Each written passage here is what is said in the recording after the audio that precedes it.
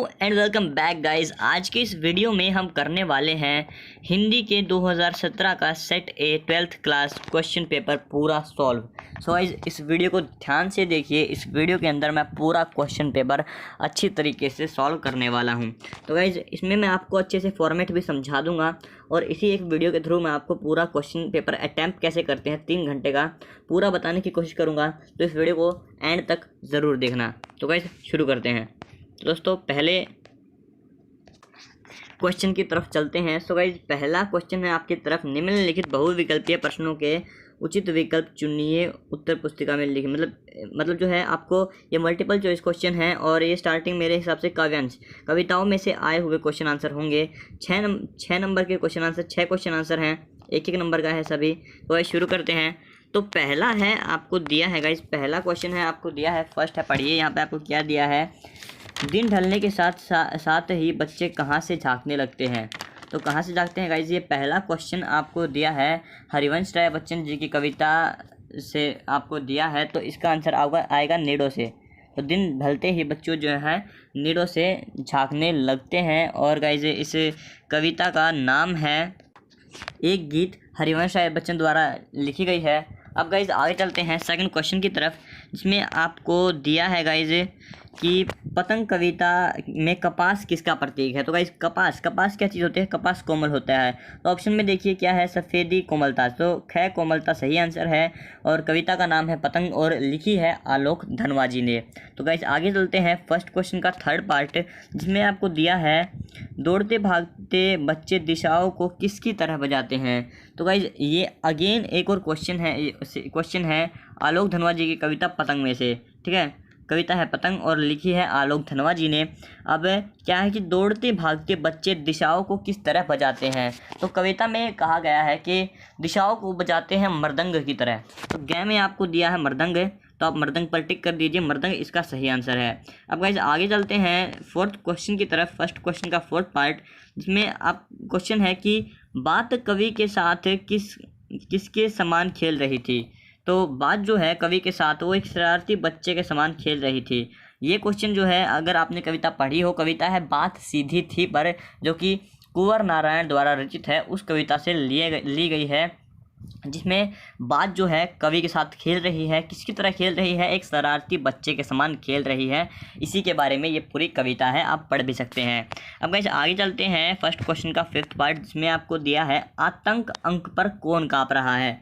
तो गाइस ऐसा मतलब आतंक अंक, इस तरह की वर्डिंग दिखते ही सबसे पहला ध्यान मेरा जाता है, कहाँ पर जाता है, सूर्यकांत त्रिपाठी निराला की तरफ। और उनकी इस बुक में केवल एक कविता है बादल राग। तो ये क्वेश्चन कुल मिलाकर जो है बादल राग कविता से लिया गया है, जो लिखी गई है सूर्यकांत त्रिपाठी निराला जी के द्वारा। अब यहाँ पर आपको दिया है आतंक अंक। आतंक का मतलब आप समझते हैं, अंक का मतलब होता है गोद, ठीक है। तो आतंक की गोद पर कौन काँप रहा है। तो जो सूर्यकांत त्रिपाठी निराला जी थे वो जो है समाज की रूढ़िवादी धारणाओं पर और अमीर जो लोगों के अत्याचार है उस पर लिखते थे। तो अमीर जो है वो गरीबों पर अत्याचार करेंगे, तो गरीब इसका सही आंसर होगा। आप गरीब पर टिक कर दीजिए और आगे चल सकते हैं। और गाइज अगर मैं आपको थोड़ा इस कविता के बारे में बताऊं तो बादल राग कविता जो है, इसमें कवि कहता है कि बादल जो है क्रांतिकारी बनकर आए हैं और अमीर जो शोषित वर्ग के जो लोग हैं, गरीब लोग, उनको बचा रहे हैं अमीरों से, ठीक है। तो कुछ इस टाइप की कविता है। अब गाइस आगे बढ़ते हैं और फर्स्ट क्वेश्चन का सिक्स्थ पार्ट, लास्ट पार्ट करते हैं कि रुबाइया कविता में किसके लच्छे चमक रहे हैं। तो रुबाइया कविता जो है वो लिखी है फिराक गोरखपुरिया साहब ने और इसमें उन्होंने जो है राखी, भाई बहन के रिश्ते और राखी का जिक्र किया था। तो जो राखी के लच्छे चमक रहे हैं, तो यहाँ पर गै राखी सही आंसर होगा। आप गै पर टिक कर दीजिए गाइज। अब दोस्तों बढ़ते हैं आगे और सेकंड क्वेश्चन की तरफ चलते हैं, जिसमें आपको दिया है निम्नलिखित काव्यांश की सप्रसंग व्याख्या कीजिए। मतलब क्या है कि आपको काव्यांश दिया है और उसकी आपको प्रसंग के साथ व्याख्या करनी है। तो सिंपल है। तो गाइज स्टेप समझिएगा कि देखो पहले जो क्वेश्चन थे, अभी जो आपके सामने क्वेश्चन हमने मल्टीपल चॉइस क्वेश्चन किए, वो सभी कविताओं से लिए गए हैं। तो 6 क्वेश्चन आए कविता से। उसके बाद आता है हमारे पास एक काव्यांश, जिसकी हमें सप्रसंग व्याख्या करनी होती है। अब हर एक साल के क्वेश्चन पेपर में क्या चीज़ कॉमन देखने को मिली है कि पहला जो प्रसंग होता है वो तो ईजी मिलेगा आपको, बहुत ज़्यादा ईजी। सॉरी प्रसंग नहीं, पहला जो काव्यांश होता है वो बहुत ईजी होगा। दूसरा काव्यांश जो है वो हर बार गोस्वामी तुलसीदास जी की कविता से ही होता है, और इस बार भी देख सकते हो आप गोस्वामी तुलसीदास जी की कविता से ही लिया गया है। तो गाइज हम जो है को क्या करेंगे इस सिचुएशन में, हम पहले वाला करेंगे। तो पहला हम पढ़ते हैं कि यहाँ पर लिखा है कि उससे पूछेंगे तो आप क्या अपाहिज हैं, तो आप क्यों अपाहिज हैं। पहली लाइन अपाहिज पढ़ते ही समझ में आता है कि ये जो है कविता है वो है रघुवीर सहाय की कैमरे में बंद अपाहिज। ठीक है, तो कैमरे में बंद अपाहिज से लिया गया है। तो यहाँ पर हम सबसे पहले प्रसंग लिखेंगे, सह प्रसंग व्याख्या करनी है। तो प्रसंग होगा कि प्रस्तुत पद्यांश हमारी हिंदी की पाठ्य पुस्तक आरोह भाग 2 में संकलित रघुवीर सहाय जी की कविता कैमरे में बंद अपाहिज से लिया गया है। ठीक है, तो ये हो जाएगा गाइस इसका प्रसंग। अब इसकी व्याख्या आप कविता के द्वारा कर सकते हैं, या फिर इसकी व्याख्या बहुत ही सरल होगी। अब देख लीजिए कि उससे पूछेंगे तो क्या आप अपाहिज हैं, मतलब सिंपल है कि अपाहिज से जो टीवी वाले हैं वो पूछ रहे हैं कि आप क्या अपाहिज हैं। वो बार बार उससे सवाल कर रहे हैं और उनसे सवाल किया जाता है कि क्या आप अपाहिज हैं और आपको अपने अपाहिजपन पर क्या दुख है। और अगली चौथी लाइन में है कि कैमरा दिखाओ इसे बड़ा बड़ा, मतलब अपनी टीआरपी के लिए वो कैमरा को बोल रहे हैं कि वो जो रो रहे हैं उनको रोते हुए उनके चेहरे को बड़ा बड़ा दिखाया जाए। ठीक है, और बार बार पूछ रहे हैं कि आप अपना दुख बताओ। तो इस तरह से आप इसकी व्याख्या एक्सप्लेन कर सकते हो। अब गाइज आते हैं थर्ड क्वेश्चन की तरफ, जो कि हमेशा सेम होता है कि आपको किसी एक कवि की जो है जीवन परिचय लिखना होता है। ठीक है, जीवन परिचय। तो इसमें हमें दिए हैं, पहला तो है आपका गजानन माधव मुक्तिबोध और दूसरा है उमाशंकर जोशी। तो गाइज मैं पूरा आपको जीवन परिचय तो नहीं बताऊंगा, वीडियो बहुत लंबा हो जाएगा। तो मैं आपको तरीका बता देता हूं कि किस तरह से आपको एग्ज़ाम के अंदर जो है किसी भी राइटर का जीवन परिचय आपको लिखना है। तो गाइज मैं एग्जांपल देता हूँ यहाँ पर गजानन माधव मुक्तिबोध का। तो सबसे पहले तो हम उनका जीवन परिचय लिखेंगे। तो जैसा कि सबसे पहले हम लिखते हैं जन्म, क्योंकि कहानी शुरू कहाँ से हुई, तो वो पैदा हुए। तो जन्म जो है गजानन माधव मुक्तिबोध का जन्म 13 नवंबर 1917 को हुआ था। ठीक है, अब उनके जीवनी की कुछ जो उन्होंने उपाधियां हैं वो लिख देंगे, अभी तक उन्होंने प्राप्त क्या किया, उनकी लाइफ में अचीव क्या किया, वो सब आप बुक से रीड करके मतलब याद करके लिख सकते हो। फिर एंड में हम उनकी डेट ऑफ बर्थ जब वो उनकी मरने की तिथि थी वो तिथि लिख सकते हैं। जैसे कि जो गजानन माधव मुक्तिबोध थे वो मेरे हिसाब से 11 सितंबर 1964 को मरे थे, और जो है शायद कुछ एक्सीडेंट के चलते कुछ या फिर कोई बीमारी के चलते वो मरे थे। तो ऐसी चीज़ों को आप लिख सकते हैं। अब आती है रचनाएं। ठीक है, रचना में आपको एक आध रचना तो उनकी याद करनी ही पड़ेगी लिखने के लिए। बाकी जो उनकी ये कविता है गजानन माधव मुक्तिबोध की कविता है सहर्ष स्वीकारा है, तो उस कविता के बारे में आप कुछ लिख सकते हैं। रचनाओं में उसको आप ऐड कर सकते हैं। भाषा शैली, हमने ये कविता पढ़ी थी, तो भाषा शैली आते ही आप लिख दीजिएगा कि भैया पहला तो सरल एवं सहज भाषा, क्योंकि सभी की लगभग सरल एवं सहज है। और लिख देना कि विचार बहुत अच्छे हैं, और कुछ इस तरह से बातों को जोड़कर आप इनका जीवन परिचय लिख सकते हैं अगर आपको याद नहीं है। बाकी अगर आपको याद है तो आप अच्छा लिखिए, बेहतर लिखिए। 4 नंबर का होता है, हमें नंबर पूरे लेने हैं गाइज। इसी तरह से मैंने मेरा क्वेश्चन पेपर अटैम्प्ट किया था और 12th के बोर्ड में 98 अचीव किए थे। सो हमें डरना नहीं है और अच्छे से पेपर अटैम्प्ट करना है। अब गाइज चलते हैं 4th क्वेश्चन की तरफ, जिसमें आपको दिया है निम्नलिखित काव्यांश का काव्य सौंदर्य स्पष्ट कीजिए। काव्य सौंदर्य, अब गाइज देखिए 2 नंबर का क्वेश्चन है। ठीक है, तो नंबर कैसे लिए जाए मैं आपको ये बताता हूँ। इसमें इन्होंने बताया है कि काव्य सौंदर्य लिखे, लेकिन हम बच्चे ठहरे एक्स्ट्रा ऑर्डिनरी, हम भैया एक्स्ट्रा बताएंगे, एक्स्ट्रा और इजी बताएंगे जो हमें आता हो। तो यहाँ पर हमें क्या आता है, सबसे पहले लाइन पढ़िए कि हंसते हैं छोटे पौधे लघुभार। तो ये पहली लाइन पढ़ते ही मुझे पता लग रहा है कि ये जो है बादल राग कविता की लाइन है। ठीक है, और बादल राग कविता जो है सूर्यकांत त्रिपाठी निराला ने लिखी थी। अब ये 2 नंबर का क्वेश्चन है, तो क्यों ना मैं ऐसा करूँ कि इसका प्रसंग भी साथ में लिख दूँ।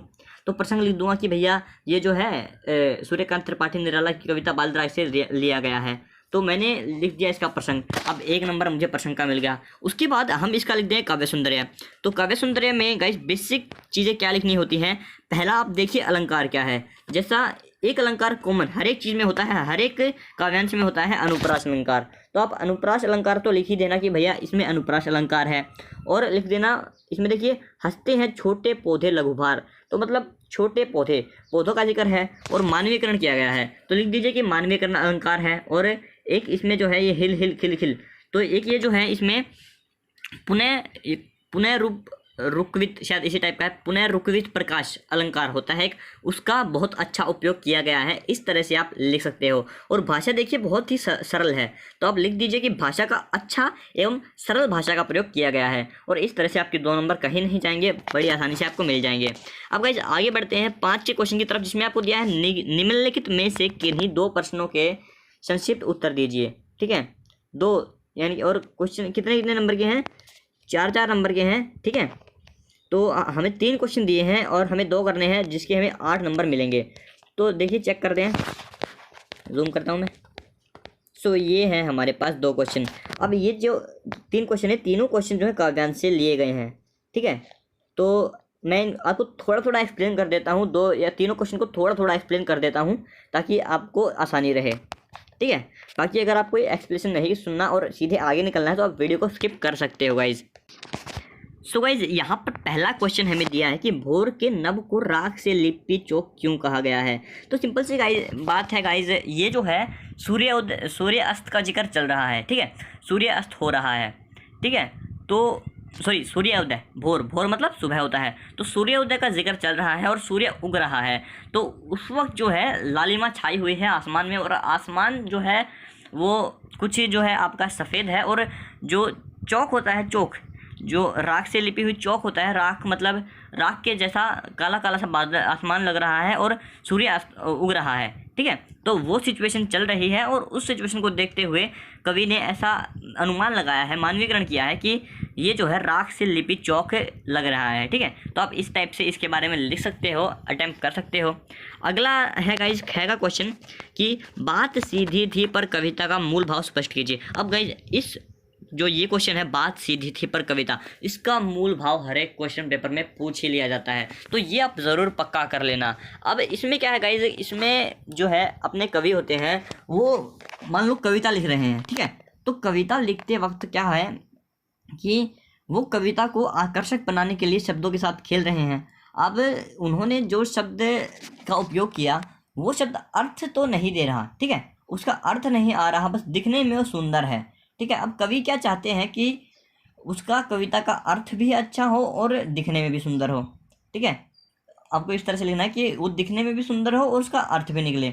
और अगर कवि ऐसा करने में कामयाब हो जाता है तो उनको लोगों से बहुत वाहवाही मिलेगी, और अगर ऐसा कवि ने नहीं किया तो जो है उनको मतलब वाहवाही नहीं मिलेगी, सेम केस हो जाएगा। सो गाइस इसमें आपको करना क्या है, इस टाइप से बात को लिख के, अब जो अपना कवि है वो क्या करता है कि बात को आकर्षक दिखाने के लिए वर्ड वही यूज़ कर लेता है, आकर्षक बना देता है बात को, लेकिन बात का कोई अर्थ नहीं निकल रहा है। तो इसीलिए कविता का मूल भाव है कि जो बात जैसी है उसको वैसा ही प्रेजेंट करें, ना कि उसको घुमा कर अच्छा सुंदर बनाने की कोशिश करें। जो बात जैसी है उसको वैसा ही अगर आप प्रेजेंट करोगे तो बात समझने वालों को सही समझ में आएगी। अब गाइस अगला क्वेश्चन है, उसकी तरफ चलते हैं कि रचना के संदर्भ में अधड़ और बीज क्या है। ये क्वेश्चन गाइज मैं छोड़ रहा हूँ, वीडियो काफ़ी लंबा जा रहा है तो इस वाले क्वेश्चन को मैं छोड़ रहा हूँ। बाकी आपको बता दूँ ये पहले वाला क्वेश्चन हमने किया है, ये क्वेश्चन है आपका उषा लेसन से लिया गया है। ठीक है, उषा कविता से, और जो दूसरा है वो बात सीधी थी पर कविता से लिया गया है। तो वहाँ से जाकर आप इनको देख सकते हो और अच्छे से कर सकते हो। अब आते हैं गाइज लेसन के मल्टीपल चॉइस क्वेश्चन की तरफ। तो लेसन में 7 मल्टीपल चॉइस क्वेश्चन आएंगे, बहुत ही इजी होंगे, बहुत आसान होंगे। पहला है कि भक्तिन कहाँ की रहने वाली थी। तो भक्तिन, ये क्वेश्चन है गाइस भक्तिन लेसन से, जो कि लिखा है महादेवी वर्मा ने, और इस लेसन में काफ़ी बार जिक्र किया गया है कि भक्तिन जो है वो झूसी गांव की रहने वाली थी। कई बार कंफ्यूज हो जाते हैं, वो झूसी को झांसी मान बैठते हैं लोग और झांसी पे टिक कर देते हैं, लेकिन झांसी गलत है, तो यहाँ पर झूसी ठीक है। आप झूसी पर टिक कर दीजिए, आपका आंसर सही होगा। अब गाइस आगे चलते हैं। सेकंड है बाजार दर्शन पाठ में फिजूल सामान को फिजूल समझने वाले लोगों को क्या कहा गया है। तो इसमें एक वर्ड का बहुत ज़्यादा इस्तेमाल किया गया था गाइस, और वो वर्ड था शैमी। तो वो ऐसे ही लोगों के लिए उपयोग हुआ था, तो यहाँ पर खैर शैमी आंसर सही है। लेसन है बाजार दर्शन, और इस लेसन को लिखा था गाइस, लिखा था जनेंद्र कुमार जी ने। ठीक है, जनेंद्र कुमार जी का लेसन था बाजार दर्शन। अब गाइस आगे चलते हैं। अगला है कि काले मेघा पानी दे। ठीक है, ये थर्ड आ गया हमारे पास। इसमें दिया है आपको, काले मेघा पानी दे में बोल गंगा मैया की जय का पहला नारा कौन लगाते थे। तो ये पहला नारा कौन लगाते थे, ऑप्शन चेक करें। ऑप्शन में आपको दिया है मेंढक मंडली, ठीक है, और फिर है ऋषि समूह, फिर पुजारी, फिर जीजी। जीजी तो बिल्कुल भी नहीं लगाएंगी, ना ऋषि समूह ना पुजारी। तो गाइस पहला नारा लगाते थे मेंढक मंडली, ठीक है, ये पूरा मेंढक मंडली के ऊपर का ही है, तो मेंढक मंडली पहला नारा लगाते थे, तो आप मेंढक मंडली को टिक कर सकते हैं।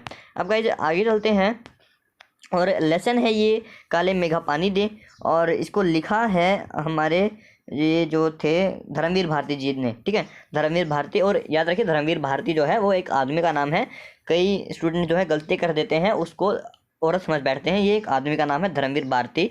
इस लेसन के अंदर उनकी अपनी जीजी यानी अपनी बहन के साथ बहस चल रही है। अब गाइस आगे है फोर्थ है, इसमें आपको दिया है कि सफ़िया अपनी भाई से मिलने कहाँ जा रही थी। तो भाई सफ़िया जो है वो अमृतसर में तो रहती थी, और उसका बेसिकली जो जगह थी वो लाहौर से थी, तो वो अपने भाई से मिलने लाहौर जा रही थी, तो गए लाहौर इसका सही आंसर है। और लाहौर, ये पूरा जो लेसन है वो लाहौरी नमक के इर्द गिर्द चलता है। लेसन का नाम है नमक, और लिखा है रज़िया सज्जाद ज़हीर ने, ठीक है, रज़िया सज्जाद ज़हीर, याद रखिएगा, नाम बहुत अजीब है लेकिन अच्छा है। अब गाइस आते हैं पाँचवा, जिसमें आपको दिया है कि चार्ली चैपलिन की कला ने कितनी पीढ़ियों को मुग्ध किया था। तो ये चार्ली चैपलिन की कला, ये जो है इन्होंने एक नहीं, दो नहीं, तीन नहीं, चार नहीं, पूरी 5 पीढ़ियों को मुग्ध किया था, और आज तक करते आ रहे हैं। तो गए 5 पर आप सही टिक कर दीजिए, ये सही होगा। और इस लेसन का नाम था चार्ली चैपलिन यानी हम सब, और इसे लिखा था विष्णु खरे जी ने। अब गाइस आगे चलते हैं, और अगला है 6th क्वेश्चन का 6th पार्ट, जिसमें आपको दिया है उमस और लू में कौन सा पेड़ कालजी अवधूत की भांति अजय है। तो इसका आंसर गाइस शीर्ष, ठीक है, फूल का पेड़ का जिक्र आते ही आपको शीर्ष पर टिक कर देना है, क्योंकि हमारी बुक में इन चीज़ों से रिलेटेड बस एक ही लेसन है जिसका नाम है शीर्ष के फूल, जो कि आचार्य हजारी प्रसाद द्विवेदी जी ने लिखा था। तो इसका आंसर आएगा गैस शीर्ष के फूल लेसन से लिया गया है। अब गाइज 6th क्वेश्चन का लास्ट पार्ट, जिसमें आपको दिया है आधुनिक सभ्य समाज कार्यकुशलता के लिए किसे आवश्यक मानता है। तो ऑप्शन देखिए, जाति प्रथा को, श्रम विभाजन को, शिक्षा को, और प्रोत्साहन को। अब गाइज हम सभी जो है आधुनिक समाज के हैं, तो आपके हिसाब से कार्य कुशलता के लिए क्या ज़रूरी है। तो सिंपल सी बात है, गैर शिक्षा इसका सही आंसर होगा। और ये लेसन है श्रम विभाजन और जाति प्रथा, और इसे लिखा है बाबा साहेब भीमराव अंबेडकर जी ने। अब गाइज आगे चलते हैं, 7वां क्वेश्चन है, जिसमें आपको गद्यांश की सह प्रसंग व्याख्या करनी है।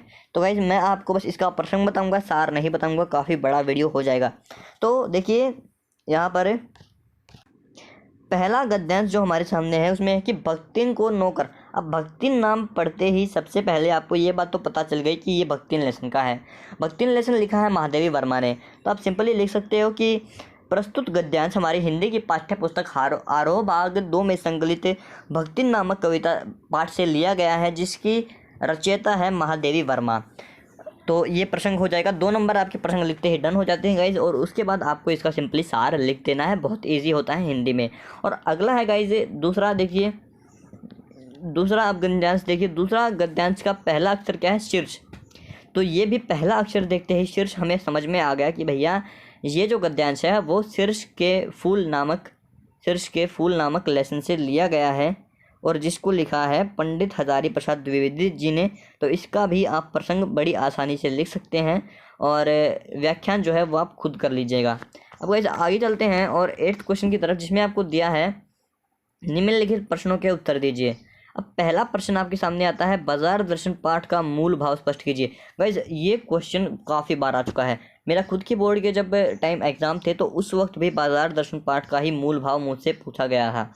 तो बाजार दर्शन पाठ का बेसिकली मूल भाव क्या है गाइज, कि आदमी अगर बिल्कुल एक सोच कर निर्धारित करके बाज़ार में जाए कि मुझे क्या लेना है, तो वो वही चीज़ लेकर आता है। अगर वो ऐसा नहीं करेगा तो बाज़ार के जाल में फंस जाएगा और अपनी पूरी जेब खर्च कर बैठेगा। तो बेसिकली मूल भाव इस बाजार दर्शन पाठ से यही निकलता है। बाकी आप लेसन को रीड कर लीजिए, और जो बेसिक चीज़ कहने की कोशिश की है राइटर ने, इसके राइटर जो हैं हमारे हैं जनेंद्र कुमार जी, उनकी रचना है बाजार दर्शन।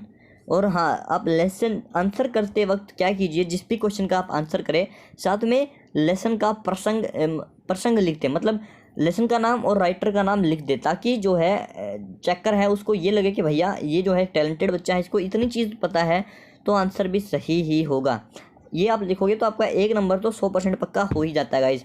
अब आगे चलते हैं कि का क्वेश्चन है आपके सामने, जीवन की जद्दोजहद में चार्ली के व्यक्तित्व को कैसे संपन्न बना दिया था।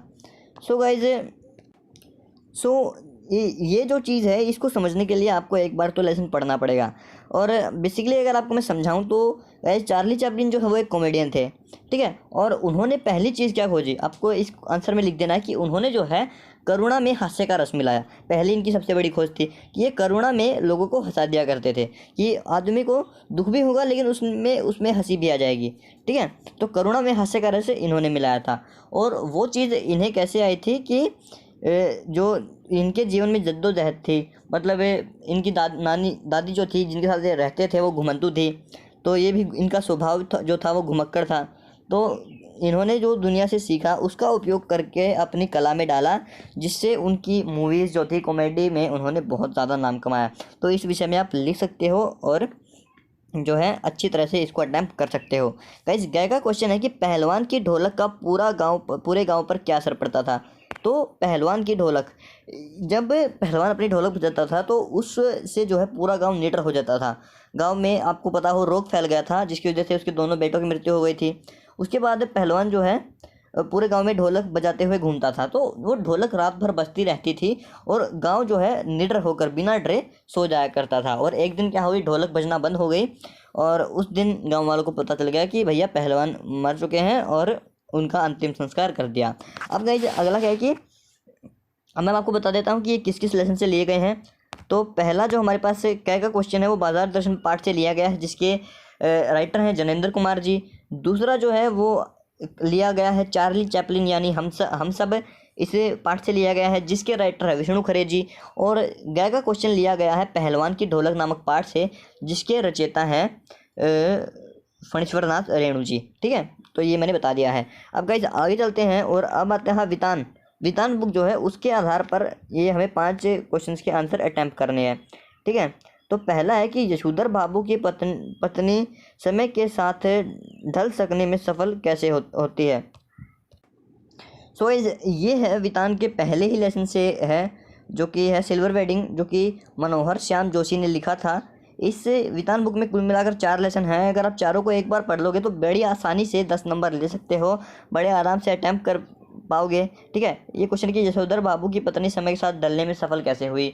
तो वो जो है यशोधर बाबू ने तो जो है अपना व्यक्तित्व नहीं बदला था, वो तो बिल्कुल सेम टू सेम वैसे ही रहे, बट उनकी पत्नी जो है ऐसा करने में सफल हो गई थी। लेसन में कहीं पर भी इसके बारे में कुछ नहीं लिखा है कि भैया सफल कैसे हुई, बट अगर आप एक बार लेसन को पढ़ लोगे तो आपको बेसिक आइडिया हो जाएगा कि क्वेश्चन को किस तरह से अटैम्प्ट करना है।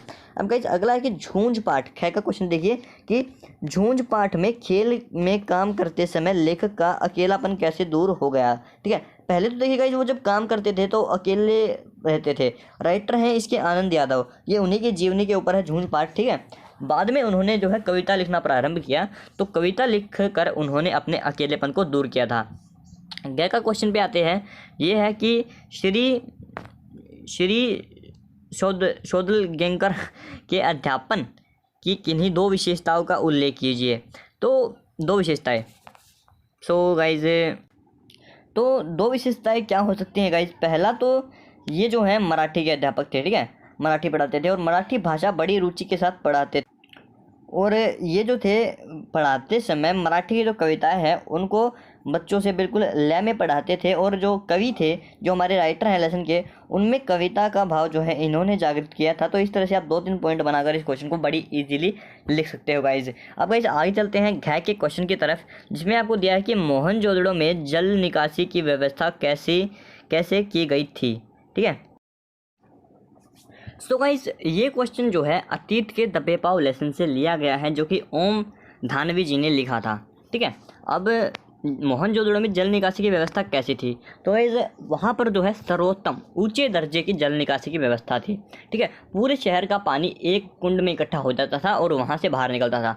और सभी मोरियाँ जो हैं, नालियाँ जो होती हैं, उनका आकार बहुत बड़ा होता था गाइस, और सारी नालियाँ जो हैं वो बिल्कुल ढकी हुई होती थी, ठीक है। जैसी व्यवस्था आज के समय में होती है और कई जगहों पर तो आज के समय में भी नहीं होती, उससे उत्तम दर्जे की मोहनजोदड़ो की जल निकासी व्यवस्था होती थी। तो 2 नंबर का क्वेश्चन है, बड़े इजीली आप अटेम्प्ट कर सकते हो। तो गाइस अगला है कि एना फ्रैंक अज्ञातवास के समय क्या क्या रुचियाँ थी। सो बेसिकली उसकी पहली रुचि तो यही थी कि डायरी लिखना।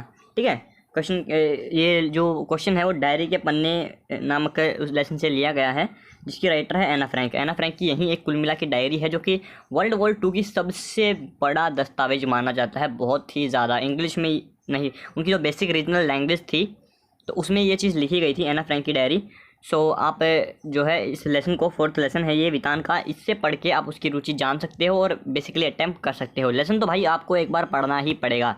ठीक है, अगर पूरे नंबर चाहिए तो आप गाइड से मत पढ़ो, बस क्या करना कि 3 किताबें हैं, तीनों किताबों को एक एक बार पढ़ लो, नंबर पूरे आ जाएंगे। अब गाइस 10वां क्वेश्चन आता है, जो कि है अभिव्यक्ति एवं माध्यम के आधार पर। सो गाइस अभिव्यक्ति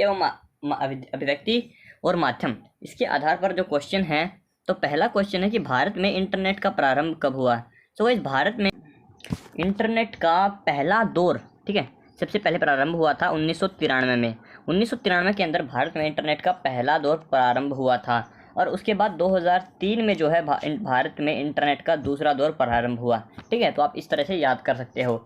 अब अगला जो क्वेश्चन है वो है कि भारत का पहला छापा खाना कहाँ स्थित किया गया।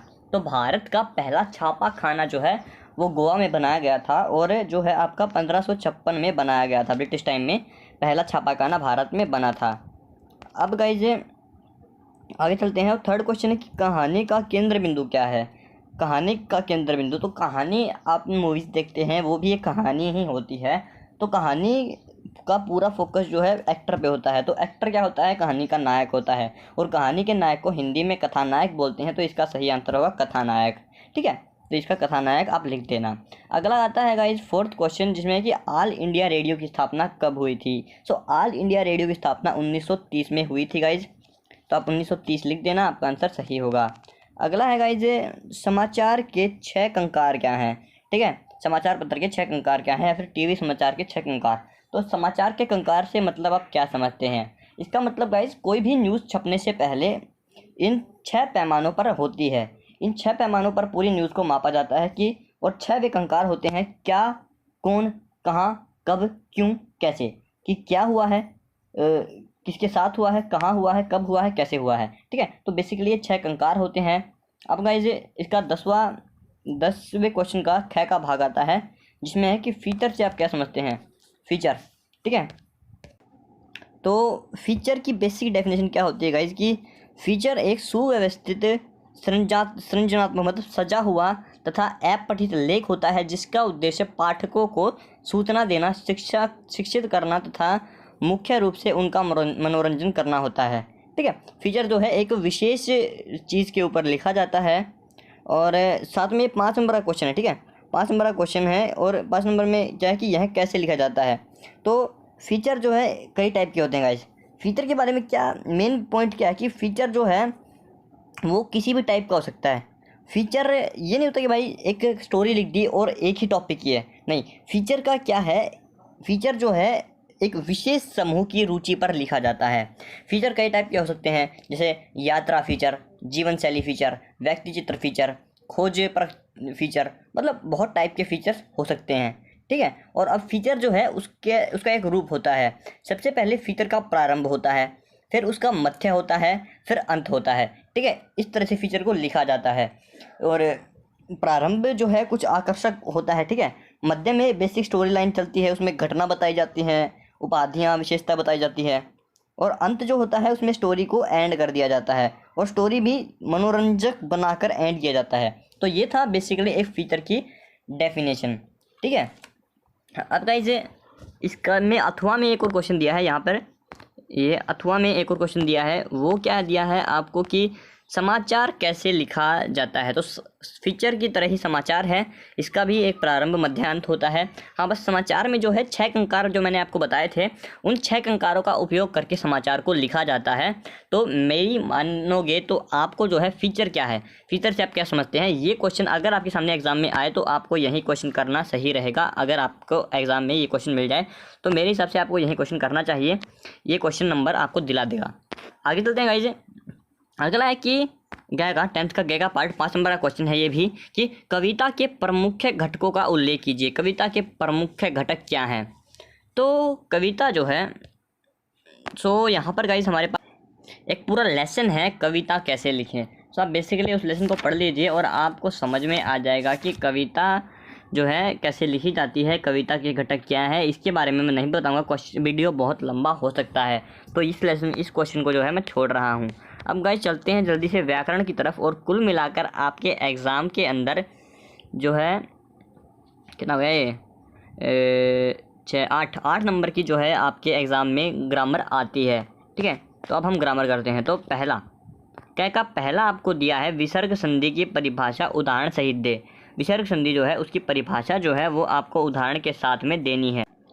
सो गाइस विसर्ग संधि क्या होती है कि विसर्ग के बाद स्वर या व्यंजन के आने से उसमें जो परिवर्तन या विकार उत्पन्न होते हैं उसको बोलते हैं विसर्ग संधि। फॉर एग्जांपल स्क्रीन पे देखिए, नी कोमा और मल, ठीक है, प्लस मल, तो इससे क्या बनता है निर्मल। ठीक है, इससे आपका बनेगा इस देखिए, अबे यार चल जाना, मैं एक मिनट गाइस, एक मिनट भी लिख देता हूँ। ये इरेजर पे आ गया कैमरा पे, हमें जो है कट करता हूँ 1 मिनट इसको मैं, अभी लिखाएंगे, अभी लिखते हैं। इससे आपका बनेगा गाइस निर्मल। ठीक है, लिखने में मुझे काफ़ी देर लगी, सॉरी। तो जो नी प्लस मल से निर्मल बना, ठीक है, नी प्लस मल से, सॉरी ये यहाँ पर मात्रा आएगी, निर्मल बना, तो ये जो है ये आपकी होगी विसर्ग संधि। उदाहरण ये मैंने दे दिया। अब अगला है कि निम्नलिखित की संधि कीजिए। ठीक है, ये जो आपको दिया है सप्त प्लस ऋषि, इसकी आपको संधि करनी है, तो इसकी संधि मैं आपको करके दिखा देता हूँ एक बार। इसकी संधि होगी गाइज वीडियो में तो कर पाना मुश्किल हो रहा है। सप्त प्लस ऋषि, तो इसका संधि होता है सप्त ऋषि। मैं इसका संधि करके डिस्क्रिप्शन में डाल दूंगा, डिस्क्रिप्शन में लिख दूंगा, वहाँ से आप पढ़ लेना।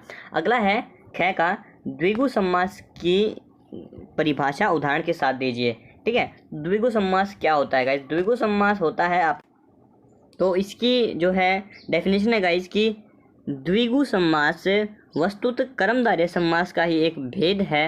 इसमें पूर्व पद संख्यावाची होता है और दोनों में विशेष विश्लेषण विशेष्य का संबंध होता है। यह समान समूहवाची भी होता है। तो गाइज जो द्विगु समास, द्विगु समास, इनमें जो है नंबर्स होते हैं। ठीक है, फॉर एग्जांपल त्रिलोची, 3 लोकों का स्वामी, दोपहरों का समूह, चौमासा, 4 मासों का समूह, नवरात्रों का समूह, तो ये होता है द्विगु समास। अगला है विग्रह करके समास का नाम बताइए, तो ये भी मैं जो है डिस्क्रिप्शन में डाल दूंगा। और लास्ट में आपके सामने आता है गाइज उपमा अलंकार की परिभाषा दीजिए। तो उपमा अलंकार होता है गाइज आपका, उपमा अलंकार होता है जहाँ किसी वस्तु, पदार्थ या व्यक्ति के गुण, रूप, दशा आदि का उत्कर्षण बताने के लिए किसी लोक प्रचलित या लोक प्रसिद्ध व्यक्ति से तुलना की जाती है, वह उपमा अलंकार कहलाता है। फॉर एग्जाम्पल, उसका हृदय नवनीत सा कोमल है। ठीक है, तो इस वाक्य में जो है हृदय उपमेय, नवनीत उपमान हो गया, और कोमल साधारण धर्म सा उपमावाचक शब्द है। ठीक है, तो ये हो गई आपकी उपमा अलंकार की डेफिनेशन। और गाइस यहाँ पर ये वीडियो होता है ख़त्म। अब मैं उम्मीद करता हूँ वीडियो आपको पसंद आया होगा। 1 मिनट गाइस, लास्ट में ये वाक्य शोधन बचा है 2 नंबर का, ये और कर लेते हैं एक बार, तो देखिएगा ज़रा। तो पहला हमें वाक्य दिया है कि बच्चे को दूध नहला कर पिलाओ, तो इसका वाक्य शोधन क्या होगा गाइस कि बच्चे को नहलाकर दूध पिलाओ। ठीक है, और अगला क्या है, बेफिजूल बातें मत करो, तो इसका शुद्ध वाक्य क्या होगा कि फिजूल की बातें मत करो। ठीक है, फिजूल की बातें मत करो, क्योंकि बेफिजूल जैसा कोई वर्ड नहीं होता, फिजूल का मतलब ही बेकार होता है, बेफिजूली जैसा वर्ड नहीं होता। ठीक है, तो ये हो गया इस वाक्य शोधन भी यहाँ पर कंप्लीट, और वीडियो यहाँ पर होता है खत्म। अब मैं उम्मीद करता हूँ आपको वीडियो पसंद आया होगा गाइस। अगर वीडियो पसंद आया हो तो यार वीडियो को लाइक करो, शेयर कर देना, चैनल को सब्सक्राइब कर देना। मैं दोबारा मिलूंगा किसी और वीडियो में, तब तक के लिए bye bye, tata. See you soon guys.